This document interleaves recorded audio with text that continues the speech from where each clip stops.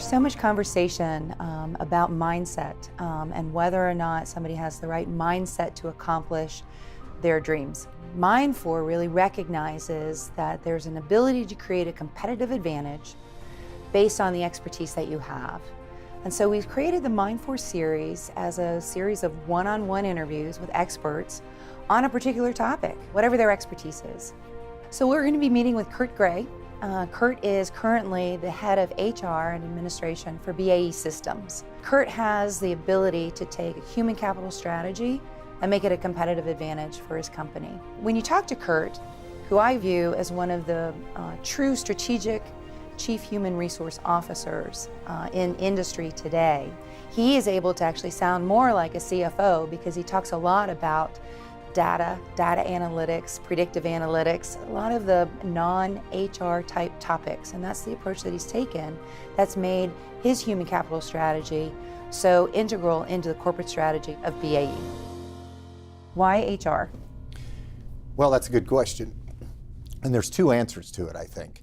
Why do I love HR and why do I think it's important is because every business is a people business, right? It doesn't matter whether you're a technology company, a consumer products company, a media company. Everything you are is in somebody's head and somebody's hands, and so I've just always been drawn to that part of the business, that perspective on the strategy, and so that's why I think HR is important and why I stay in it and why I love it. Why I got into it was, as is true with so many people, kind of a happenstance. I was 17 years old, working at the local amusement park in Denver, running the roller coaster. It's a summer job. They called me over the winter and said, "Hey, are you going to come back?" I said, "Sure." I was a kid. And they said, "Okay, well, if you come back, we want you to think about 3 jobs. Be a ride supervisor, guest relations," which I would have been terrible at, or personnel. And I said, "Well, what's personnel?" "Well, you do the interviewing and the hiring and the training of people and that kind of stuff." And I said, "Well, what do they pay?" And the other jobs paid $3 an hour, a reflection of how old I am. And personnel paid $3.25. Well, $3.25 was good for me. And I just loved it. I mean, I knew that's who I was. And so that's what I studied. That's what I studied in school, and it was that day was the last day I didn't work in human resources. So you got in it for the money, and you stayed in it because you loved it. Right? Stayed in it for the people. Saying I got into it for the money is funny. That's right. I could be bought for a quarter. That's right. Probably not so today. Price gone up a little bit. I'll talk to your CEO about that. Okay, you've said that talent is the anchor of any good human capital strategy, that talent is, and it provides the essential skills required to execute on the corporate strategy. You've done a lot of work around morphing the business model as it relates to talent. I believe you said that it started out as a financial model, and you're now moving it into a different approach that has a much more direct impact on corporate strategy. Can you describe that a little bit? Sure. Well, you are exactly right. I mean, companies have always tried to do personnel planning. We call it now human capital planning, where they would take their business plan and they would translate the dollars into people, FTEs, full-time equivalents. Yes. And that was the human capital plan. It was, if we're going to make this much money, we need this many people. Well, is it the case with a lot of businesses? That plan goes out the window sometime in the first quarter because you win programs, you lose programs. Products work, products don't work. And so the finances you based it on change, and the assumptions you make change. And so the plan goes out the window. It's also, that way of thinking about it is extremely reactive. From a human resources standpoint, that means you're just an order filler. They open recs, we fill recs. Yes. There's nothing really strategic about it. Right. And as our knowledge and our abilities and technology in particular, the use of analytics, the ability to mine data and connect dots in data so that it's not just data, but you can actually tell a story, enabled us to start to think about human capital the same way we think about any other element of the strategy. You know, in a company like mine, you know, our strategy, our integrated business plan focuses on, well, what technologies are we going to develop? What is happening in the customer community? You know, where are their priorities going to go? That translates into what programs are we going to pursue or continue to execute. And so now, using data, and in particular data analytics, we can start to look at, in a very discrete way, you know, if this is your strategy, what are the critical skills necessary to execute that strategy?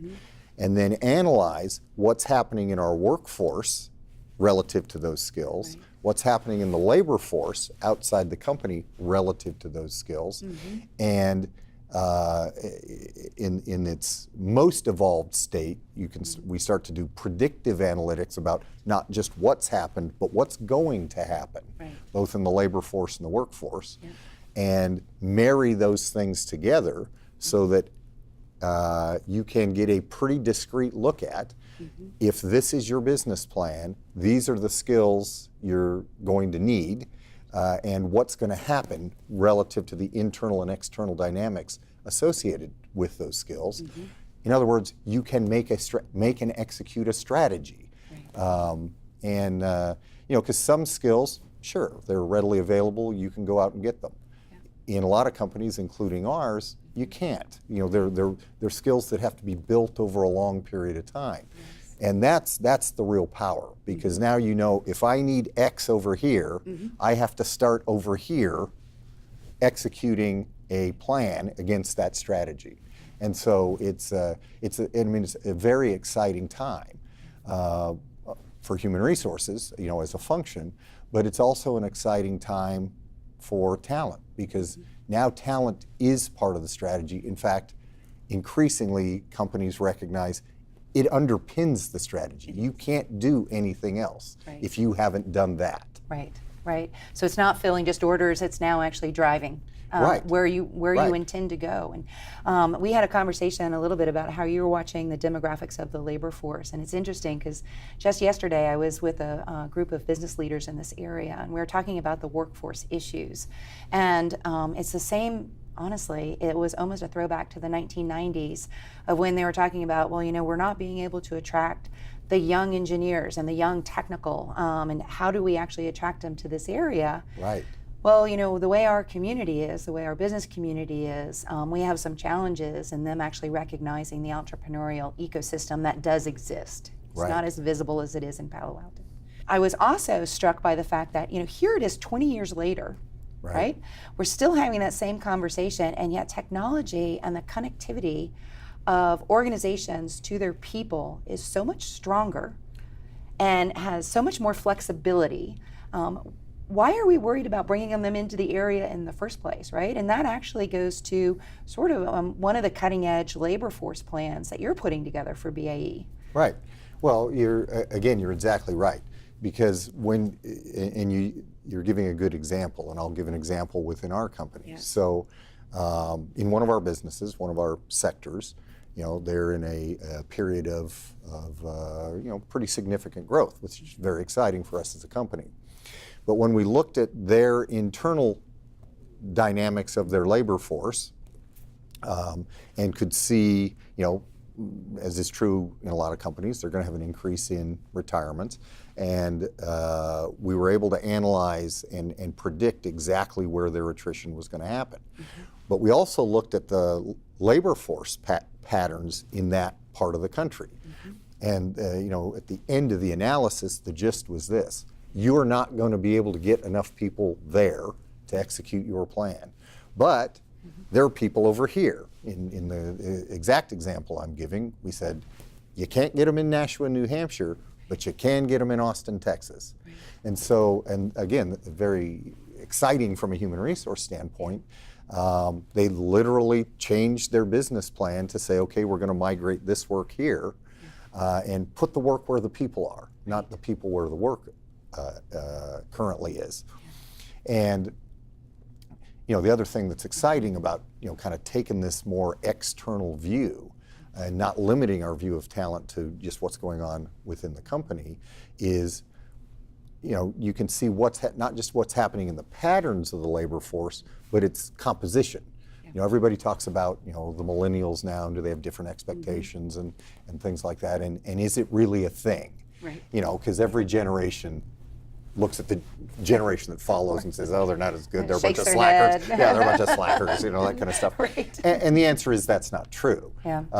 But the truth is, because of readily available technology, readily available connectivity, the fact that we experience life through things like Amazon and there's an immediacy and again a connectivity.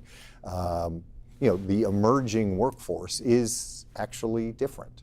And behaves differently, and so we analyze that and say, hey, there's things that we can do to address some of the dynamics of that labor force, and there's things that just are that we can't address, which is fine too, because it means now you accept those things as part of the way you plan the workforce. Yeah.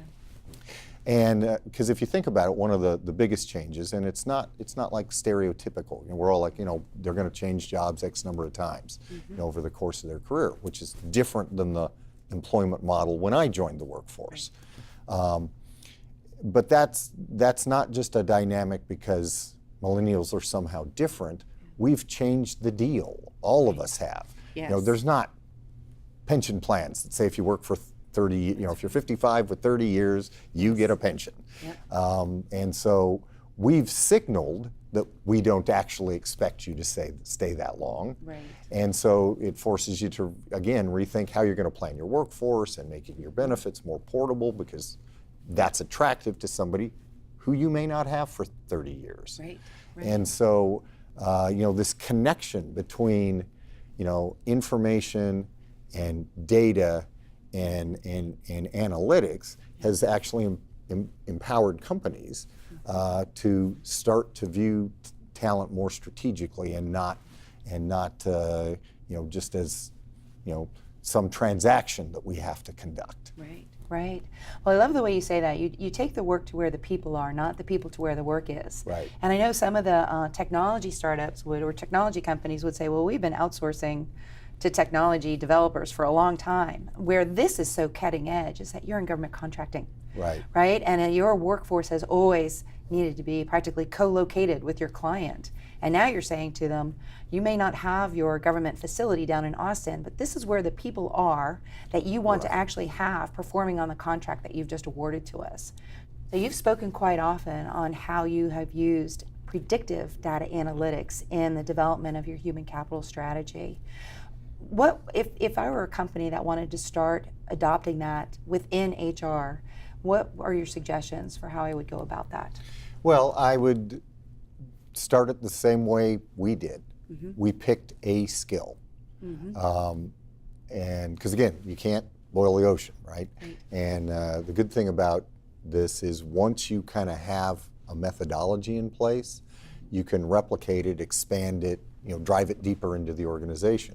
So when I have spoken on this, that's a common question. Hey, gee, how do you start? We don't have a whole department like you do now. And the answer is, I didn't either when we started. So we picked a skill. In the case of our business, a critical skill in our business is systems engineers, right? And they come in two flavors. There's the IT kind, but then there's the kind that an airplane or a tank is a big system, which has lots of things that have to be integrated together. So systems engineers, do that kind of thinking and planning, and it seems like magic to me, but they figure all that out. And the other thing about systems engineers is you don't come out of college as a systems engineer.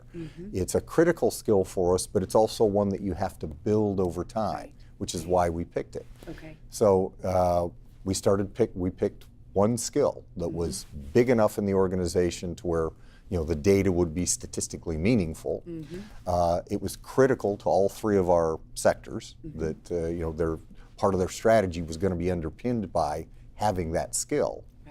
And We knew from the internal just looking at the regular old demographics that any HR person would have, it's like, well, that's getting to be an older workforce. So if we know nothing else, we know that the retirements are going to increase. And so there's going to be, even at that rudimentary level, a gap.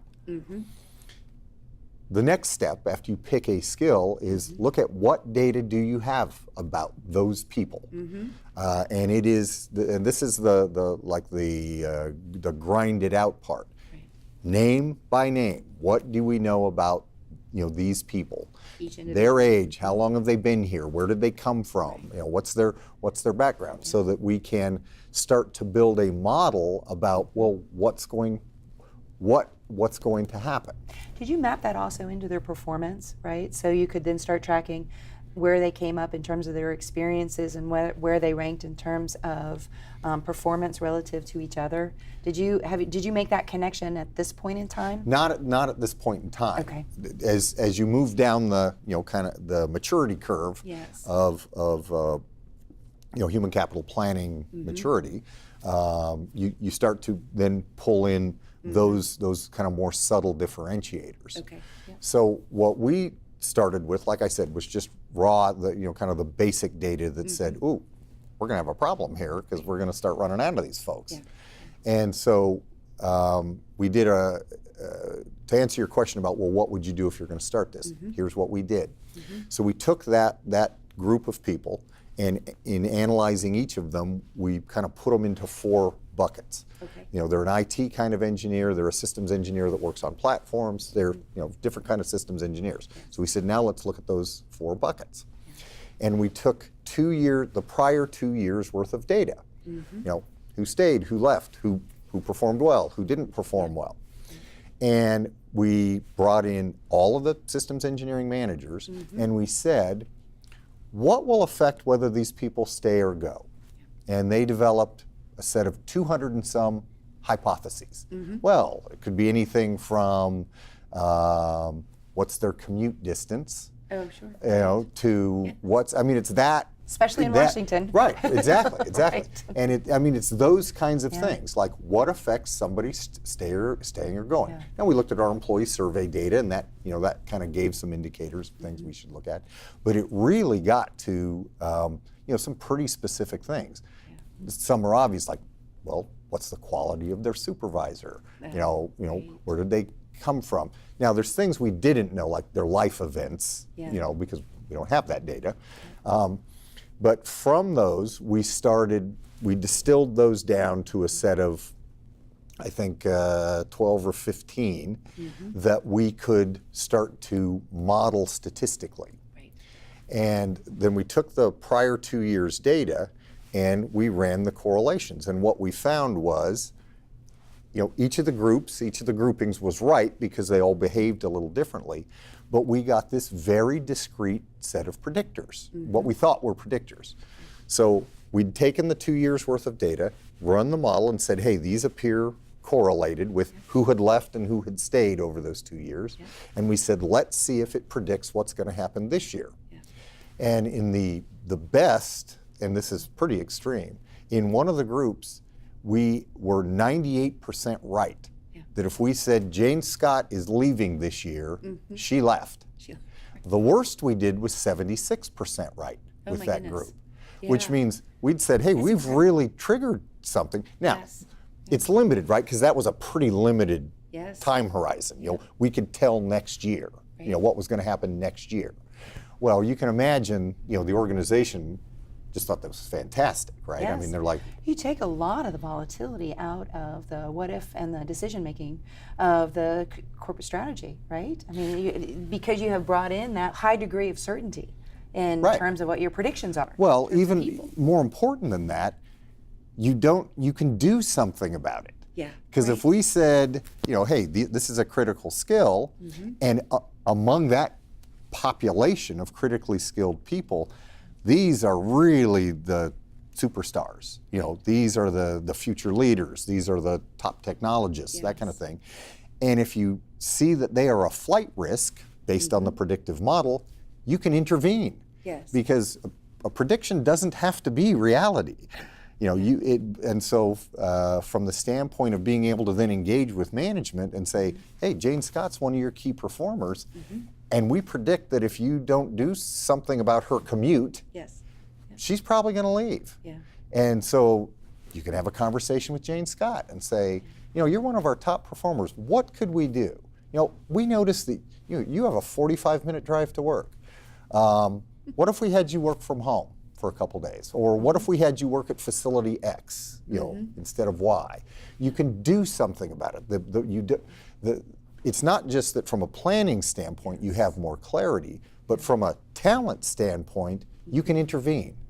I think that's such a critical way to look at things, is sort of what would it take? You're basically asking your employees, I have targeted you, I want you to stay, what would it take? And I think that even just having that switch in mindset, if you will, in terms of how valuable your talent is to achieving your corporate strategy, achieving your corporate goals. I've done a lot of analytics. I care about who you are. I care about what you're going to become. And what would it take for you to continue with BAE? Or what would it take for me to show you the door? Right? For the ones that you don't want. Right? No, that's exactly right. Yeah. And so if you think about it, like back to your fundamental question was, so how would how do you start down this path? Pick a skill, look at the data you have, take some data over time on that critical skill, and then use it and develop some hypotheses, and then test to see whether you're right or wrong. It's a scientific, it's a laboratory model, right? Scientists do that all the time. Develop some hypotheses, test your hypotheses. Exactly. Even the hypotheses that fail told you something. Exactly. And so that's what's really exciting about it. And then once you kind of have your model of doing it, well, you start to say, you engage with the businesses. Okay, we did one critical skill. Let's talk about more. The way we did it, we started really simply. After we did this systems engineering test, each sector pick a critical skill, and let's do a workforce plan for that skill. And stretch it out over time so that it fits. We plan on 5-year horizons, so we modeled that over a 5-year horizon. And then we've just continued to increase. One of the businesses now is up to 13 or 15 critical skills. So that's a pretty robust plan. The other good thing is you don't have to do it for everything, right? I mean, what makes your business work? What's going to make your business work? Start there. And that's the approach that we've taken. And like I said, it's kind of culminated this year in the actual guidance, from the corporation to our businesses, is when you are preparing your IBP, you'll talk about technology, customers, investments, and the human capital necessary to execute this plan. And so, that's well, that's not the first time that it really puts it in the forefront of the strategy, just like every other critical component of any business's strategy. And you have a reputation and a long track record of successfully integrating strategic human capital into your corporate strategy. And one of the conversations that we've had in the past is about your integrated leadership approach to acquisitions, right? Where you have a multifunctional team that starts even at the very beginning before an acquisition is identified. You have not just HR, but you have a multifunctional team that actually helps develop the criteria for acquisitions, assuming, and you've done, I think it's 28 on my watch. You've had 2 that you would redo a different way, but everything else has been successful. I mean, that's just an amazing track record. So can you talk a little bit about that team and also maybe some of your lessons learned from the acquisitions? Sure. Well, and when you've done 28, you've had the opportunity to learn a lot of lessons, right? Because tested, you've proven the model numerous times. Exactly. Yeah. But you're exactly right. One of the things that we do in our business is, a part of your strategy is, well, will you need to acquire or occasionally even divest businesses to execute that strategy? Now, sometimes it's also opportunistic, right? something comes along that's a good deal. And so you take advantage of that. And so the model that we've put in place is just as you've said. Instead of just like the finance and the M&A people and the strategy people getting together and saying, well, hey, we're going to go do this, we involve legal, different facets of HR. We involve the organization that it's going to be acquired into. Right. And have an integrated team that says, okay, if this is a potential target of opportunity, and we start early on, I mean, before the formal due diligence, each person on that integrated team, you're investigating from your perspective. And so, in the case of human resources, we're interested in things like, obviously, how many employees do they have? Where are they? Are they unionized or non-unionized? Do they have pension plans or they don't have pension plans? And you start looking at, so what are we going to get here? Contracts. But the most important thing that comes from that is a conversation with the line leaders of the organizations who will be integrating that, which is like some fundamental questions. Why are we getting this? What is it? How? To what degree are you going to integrate them? Some things you buy because it's a particular technology, and we call it more of a bolt-on kind of integration. That's integration light. But others are no. This is going to be fully integrated into the business, and so that's then a more robust set of questions that we have to start looking at. And so we're there with the finance people, with the technology people. There's HR people. Combing through, what's available publicly. When you get into formal due diligence, then we're going through every artifact, we can find. Because assuming that it makes good business sense or technological sense, which why would you do it otherwise? Everybody's heard this axiom. When acquisitions fail, it's usually a failure of integration. Not was it a good or bad idea, because we try not to do bad ideas on purpose, right? So they usually fail because you didn't take into account how you were going to integrate and where there were differences in culture. Because it doesn't have to be that your cultures are perfectly aligned or you can't integrate. Exactly. You just have to know what the differences are, and what are you going to do with those differences. How are you going to either blend them, or sometimes how are you going to change them. So looking at things like, one of my favorite things to look at is what's their incentive comp plan. Yes, I love that. We had that conversation once where you said if you could only look at one corporate artifact to define the corporation's culture, what would it be? And I'm 100% in your camp. It's the comp plan. You get the behavior, you get what you reward. So look at what they're rewarding, because that's going to define the culture. Well, and I would add one more way of saying it. Here's what they might say about their culture. But here's what they're paying for. You know what I mean? And so if you look at what they're paying for, that tells you what their real priorities are, and because people aren't dumb. They're like, yeah, you're saying this, but you're paying me for that. So they'll usually do that. Exactly. And so that's, but it's just indicative of the approach, because it, like I said, it doesn't mean that if your cultures don't start out aligned that's a bad deal. It's just know what you're doing, know what you're getting into. And then the other thing about the integrated approach is it doesn't stop when we've signed the paper, because we assign, there's an integration manager, just like our company is largely made up of projects and programs. So we have a lot of project and program managers. It's a key skill for us. Well, somebody is appointed the program manager of integrating that business. And again, they have HR and finance and systems people and all of the functions basically represented, working back and forth with the acquired business and the business into which we are integrating it, and we've been at it enough that we actually have a playbook that says, hey, these are the things you got to look at. You don't have to do all of them, but you have to consider them and make a conscious choice. Are you doing that or not?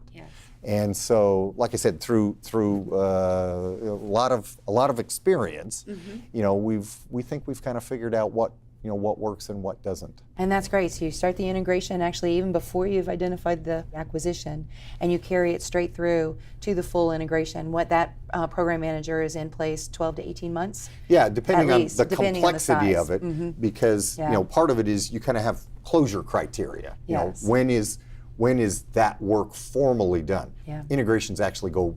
It takes a long time for cultures to blend and stuff, but the kind of the formal part of we are executing a particular integration plan.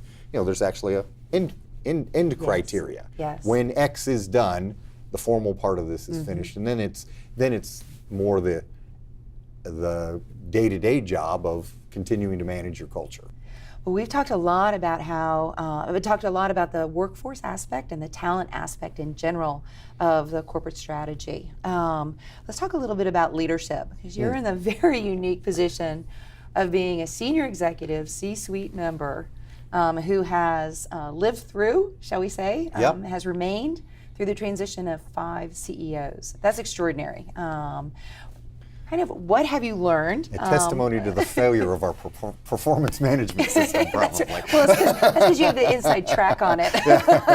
You're like, but when we had this, we had a pre-conversation about this, and I think when I asked sort of, the impact of the change of a CEO on a corporate strategy, you really recognize that in hindsight, there's lessons learned in that transition, but also you really were able to identify and recognize that you had the right leaders at the right time.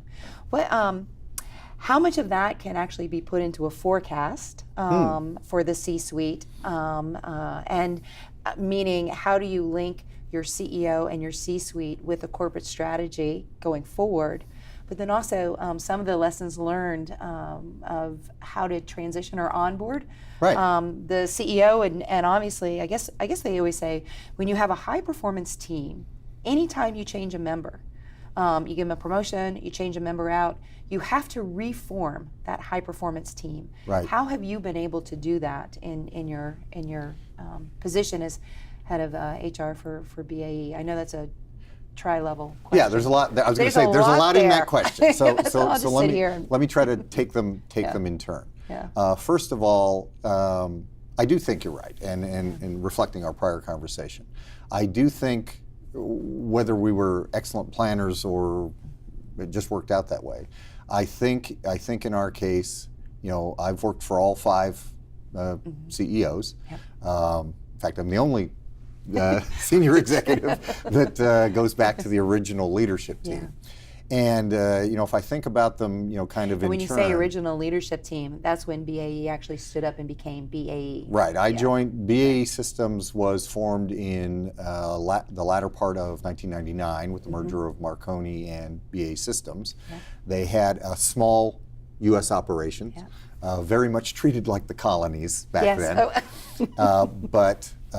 So the original CEO, Mark Ronald, part of the corporate strategy was this is the biggest defense market in the world. We have this foothold. We want to grow that foothold. Yeah. So Mark, gets a lot of the credit for he built us. Yeah. He acquisitions like Sanders and things like that, Tracor were kind of our fundamental building blocks. Gave us a foothold in some critical technology areas to where we were a real business. Yeah. Because when I joined, we had, about 12,000 employees, and we were doing about $2 billion then. At our peak in 2008, we had grown to 57,000, 60,000 employees here in the U.S., and we're doing $20 billion in turnover. So it was a lot. Well, Mark built, the biggest building blocks of that. Things like the United Defense acquisition and the Armor Holdings acquisition. I mean, those were big chunks, chunks, right? Yeah. And he had a good career. He built a good business. He retired. Yeah. God bless him. He was replaced by Walt Havenstein. Okay. Well, Walt did why I say we've had the right leaders. Yes. So Mark built this strong organization. Well, Walt breathed a soul into it. He got us focused on, hey, what we're really about is we protect those who protect us. Yeah. And that he permeated that kind of cultural anchor, and it remains an anchor to our culture today. Yeah. So he breathed a Great soul legacy. into it. Right. Yeah. Well, he'd done a good job. He got recruited away by another company for a bigger job. So we had General Tony Zinni as an interim CEO. And what Tony taught me, and I think he taught the organization, was, and if you think about his military background, empowering leaders. You know what I mean? So he was really, I'm not running this business, we're running this business. So he kind of built that into the leadership. And each one of those things, so Mark builds an organization. Walt instills a cultural anchor. Tony starts to build a mindset about how to lead. Yes. And I mean, these, that's one change, but this, CEOs are in strong positions, and these are strong leaders. So those lessons permeated through. So then Linda Hudson took over. And Linda, because now, we were a big organization and successful and doing really well, she raised our profile and raised our thinking. So like, look, we're not just nobody. There's Lockheed, there's Boeing, there's Raytheon, there's us, we are among the top defense companies in the world. And we should lead that way and be aggressive that way. And so she raised our profile but raised our thinking. Right. So she retired, and then we got our current CEO, Jerry DeMuro. And so when Linda left, the downturn in defense happened, and what Jerry has brought is kind of a discipline and a real business, real business mindset. And one of the most important things to me is portfolio thinking. That it's, hey, we may be organized into 3 sectors, but we're really in 23 businesses. And that actually translates to our conversation about talent, because it's what is the talent portfolio that we have and that we need. So this idea of portfolio thinking, and that there's lots of levers to be turned. And so each one of these leaders, now I've distilled a lot of good work down to a few bullet points, but they brought some unique areas of focus to how we think about and manage our function or our line of business, and how the organization works. Each one changed the answer to this question a little bit. One of the questions I always love when you're interviewing somebody or you're integrating new people into the organization is you want to answer the question, what's it like to work here, right? Yes. And each one of those leaders changed that answer in sometimes subtle but always important ways of what's it like to work here. And and that's a lesson we try to now instill to all of our individual leaders, is how do you want your employees to answer that question? You own that answer. Yeah. And it's interesting also how fortunate BAE is that they were able to maintain you with your strategic view of HR, because every element that you talked about, the CEO's impact, needed to be evolved through each of those different 5 leaders, right? So what do you keep in order that you sustain the culture, but you also are agile enough that your culture tracks both your corporate strategy as well as the reality of the world. Right.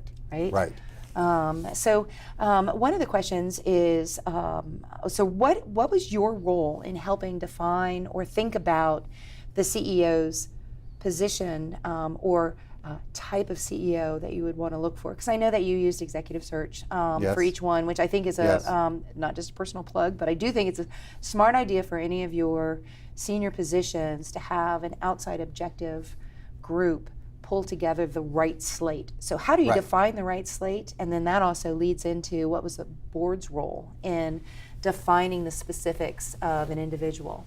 Well, I'll start with the latter part of that question first, because one of the fundamental roles of the board, I mean, obviously they're representing the shareholders' interest.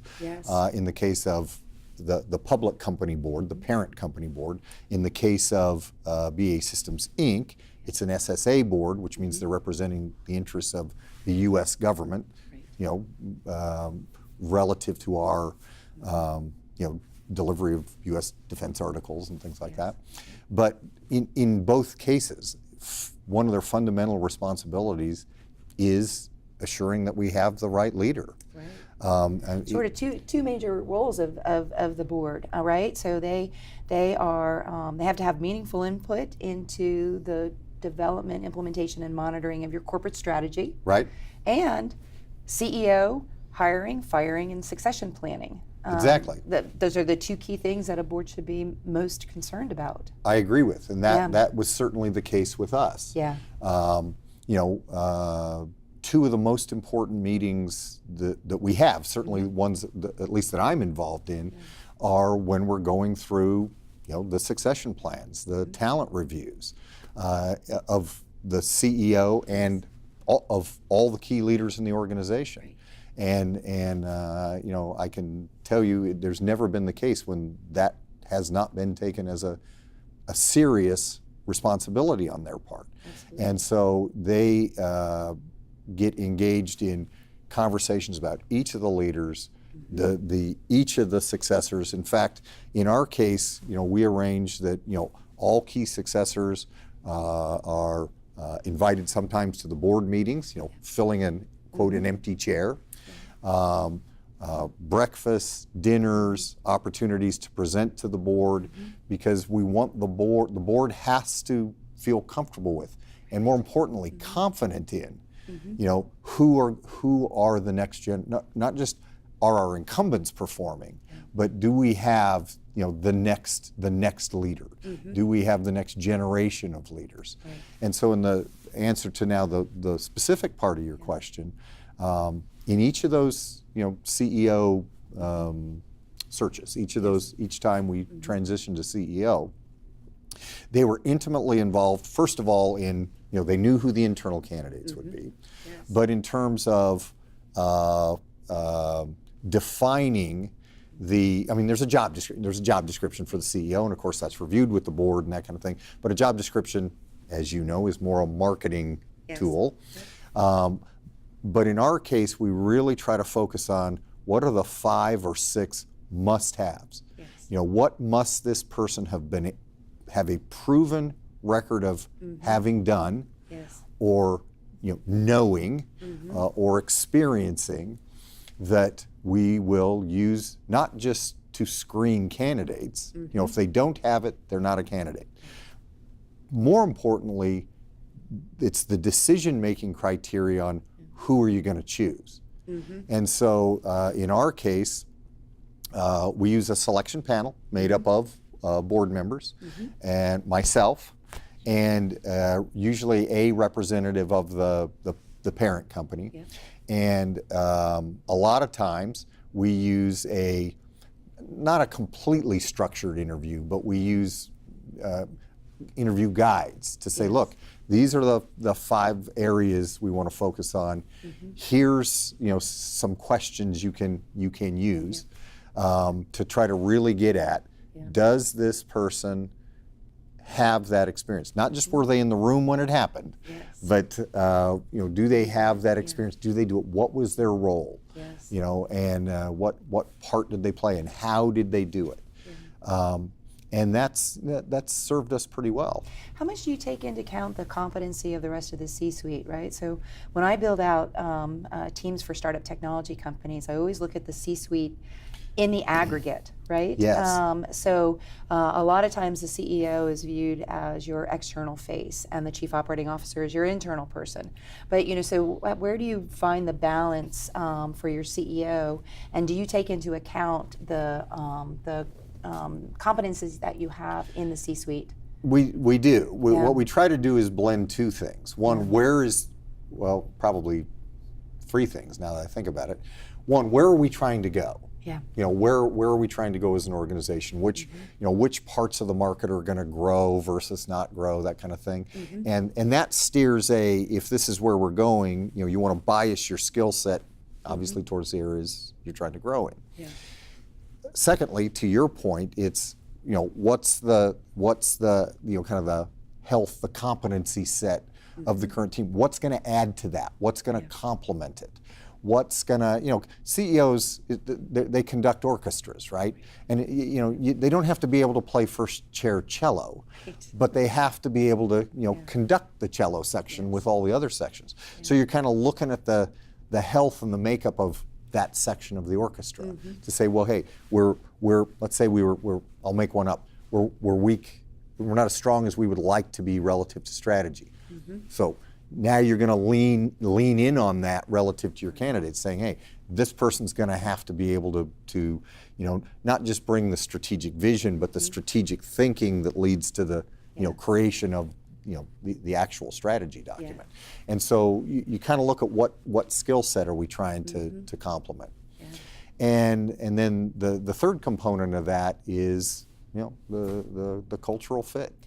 What impact this person is going to have an impact on this culture. What impact do we need? I'll give you an example. With Jerry. And they can be used to change a culture as much as it is to reinforce the culture. Exactly. Like I'll use Jerry as the example. In big complex organizations like ours, an area of challenge is always how is accountability parsed out? How is accountability delegated, and then how is it managed? And that was an area where, in this case, the board thought, we needed to up our game a little bit, particularly because we were coming through this downturn and now going to enter growth. That's a different skill set to grow, right? And so one of the things that we were looking for and got with Jerry was he has really clear thinking about that, and more importantly, he had a proven record of operating in his role, like how he reviews the businesses during the quarterly business reviews is a perfect example. Well, he changed the way we do it so that it instilled this sense of accountability. And it was a fairly simple change in the way we do it, but it has resonated throughout our organization. But that's an example where one of the board's roles is to kind of think about that and try to suss out, what is the subtle change that they think is needed, and what kind of leader can do that. Great. It's been a lot of fun, a lot of work. So I'm only 26. Look how bad I look. It's been a lot of work. That's right.